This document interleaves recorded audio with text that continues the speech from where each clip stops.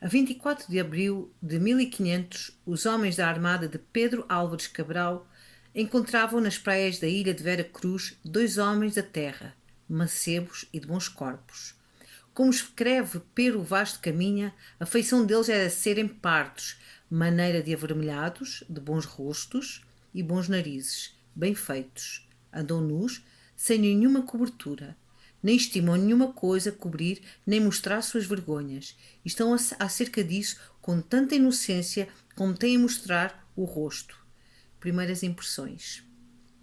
De um primeiro contacto em que se observaram os que chegavam e os que estavam, que mutuamente se estranharam. Da memória dos naturais não há registro. Mas os europeus logo se sentiram distanciados desses homens. Perceberam-se longe dos seus costumes e ordenamento, dizendo-se sem fé, sem lei e sem rei. O que lhes permitiria forçá-los a entrar no seu campo cultural, perdendo e ganhando, transformando-se. Por isso, ao longo do século XVI e sobretudo depois de iniciada a colonização, em 1534, bem diferentes da cordialidade inicial se tivessem tornado as relações entre portugueses e naturais. Algumas de grande violência, quando os colonos tentavam obrigar ao trabalho agrícola, outras pacíficas, quando se ligavam por casamento, em que as habituais lutas entre os grupos indígenas eram aproveitadas e provocadas pelos adventícios. Este é um prefácio, uma introdução do Joaquim Romeiro Magalhães, comissário-geral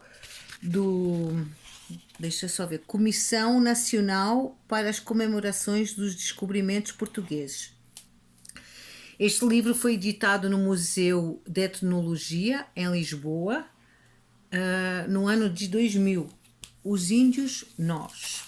É um livro grandão que eu aproveitei uma promoção que a livraria desse museu estava fazendo na época. Eu comprei em 2005 e eu só comecei a estudar em 2007 no antropologia, graduação em antropologia no ISCTE, não é? Numa universidade em Lisboa. E 2005 também é uma data muito significativa, não só para Portugal, mas para os países africanos que ganharam a independência, os países africanos que foram colonizados por Portugal, Moçambique, Angola, São Tomé, Timor, Cabo Verde, acho que não estou esquecendo de nenhum, que em 1975 ganharam a independência. Então, nesse ano de 2005 eram os 30 anos. Agora estamos fazendo 45 anos, não é? De independência. É assim, este livro é muito interessante, não é? Mas tem aqui uma ressalva. Então, antes que eu fale dessa ressalva, assim, ser eu a falar, essa ressalva, eu vou ler aqui um pequeno textozinho desse querido Ailton Krenak, né, do qual eu tive o prazer de assistir a uma palestra dele aqui na Unicamp, na Universidade de Campinas, na Universidade Estadual. E também para dizer que essas palestras, não é? Quem tiver interessado, elas são abertas ao público. Então, eu vou só ler um pouquinho, assim, de um parágrafo, para vamos ver aí a charada, que ressalva, assim, é muito interessante, isto é um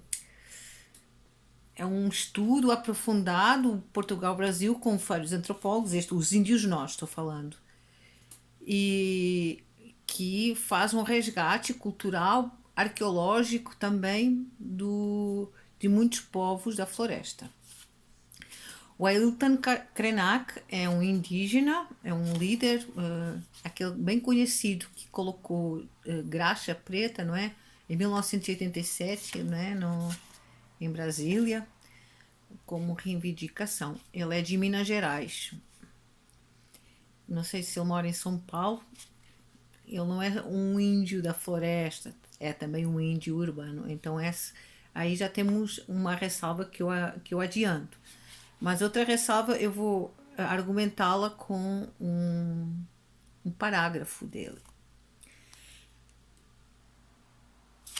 Perdão, vou aqui atrás, porque. Como se diz? A primeira vez que desembarquei no aeroporto de Lisboa, tive uma sensação estranha. Por mais de 50 anos, evitei atravessar o oceano por razões afetivas e históricas. Eu achava que não tinha muita coisa para conversar com os portugueses. Não que isso fosse uma grande questão, mas era algo que eu evitava. Quando se completaram 500 anos da travessia de Cabral e companhia, recusei um convite para vir a Portugal. Eu disse: essa é uma típica festa portuguesa. Vocês vão celebrar a invasão do meu canto do mundo. Não vou, não. Porém, não transformei isso numa rixa e pensei: vamos ver o que acontece no futuro. Em 2017, ano em que Lisboa foi capital ibero-americana de cultura, ocorreu um ciclo de eventos muito interessante, com performances de teatro, mostras de cinema e palestras. De novo fui convidado a participar e dessa vez nosso amigo Eduardo Viveres de Castro, que é um antropólogo lá do Museu do Rio de Janeiro, faria uma conferência no Teatro Maria Matos chamada Os Invasores da Pátria. Então pensei, esse assunto me interessa, vou também. No dia seguinte, ao da fala do Eduardo, tive a oportunidade de encontrar muita gente que se interessou pela estreia do documentário Ailton Krenak e o Sonho da Pedra, dirigido por Marco Altberg. O filme é uma boa introdução ao tema que quero tratar. Como é que, ao longo dos últimos 2000 ou 3000 anos, nós construímos a ideia de humanidade? Será que ela não está na base de muitas escolhas erradas que fizemos, justificando o uso da violência? Este filme, Ailton Krenak e o Sonho da Pedra, eu ainda não assisti, mas está no YouTube, dividido em várias partes. Também tem um outro filme muito interessante, um documentário que é Índio Cidadão. Peço perdão de não me lembrar quem realizou. E é muito interessante, porque aí também desfaz a ideia feita que foi só está sendo neste governo a destruição, não é? O genocídio aos indígenas, o genocídio aos indígenas, ele tem sido efetivo desde esta data em que os portugueses, eu sou portuguesa, sou de Lisboa, os nossos antepassados, os nossos ancestrais chegaram desta forma de violenta, né? Como eu falei num vídeo anterior, eles chegaram dentro de um contexto social, não é? Vinham de uma Inquisição que foi duríssima. Então, para mim é muito interessante este livro, não é? Que Portugal faz, mas tem, não é? Só que está remetido ao índio, ao bom selvagem, sei lá. Há uma tentativa de reconciliação com esses povos, mas como o Ailton Krenak fala, e muito bem, eu subscrevo, porque não haveria. Este livro ele é publicado em 2000 dentro da Comissão Nacional para as Comemorações dos Descobrimentos Portugueses. Vai perguntar a um indígena?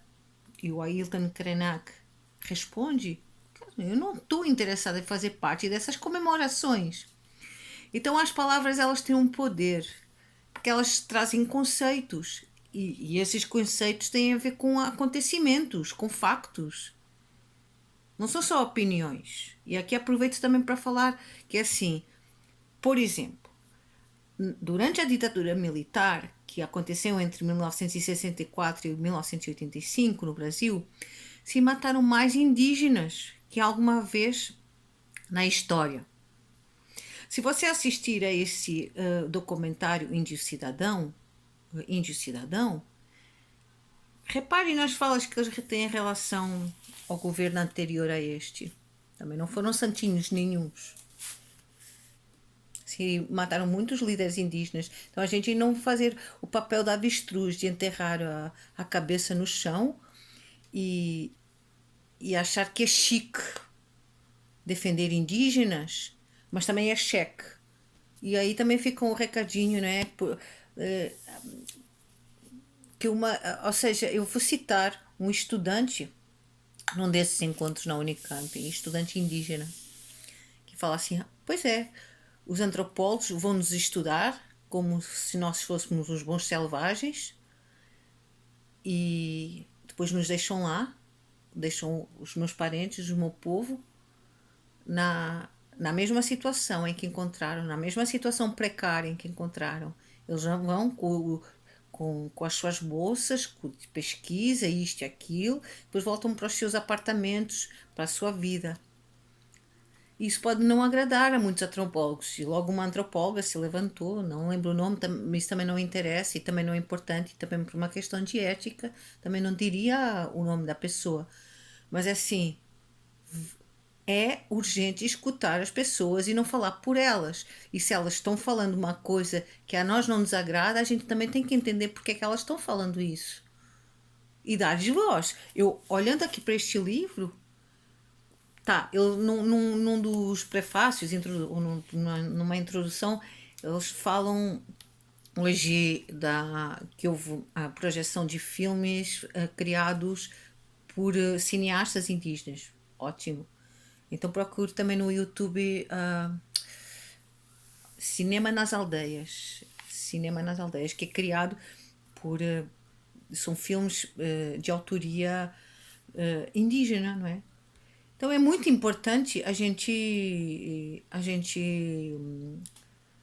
escutar as outras pessoas e também rever o conteúdo.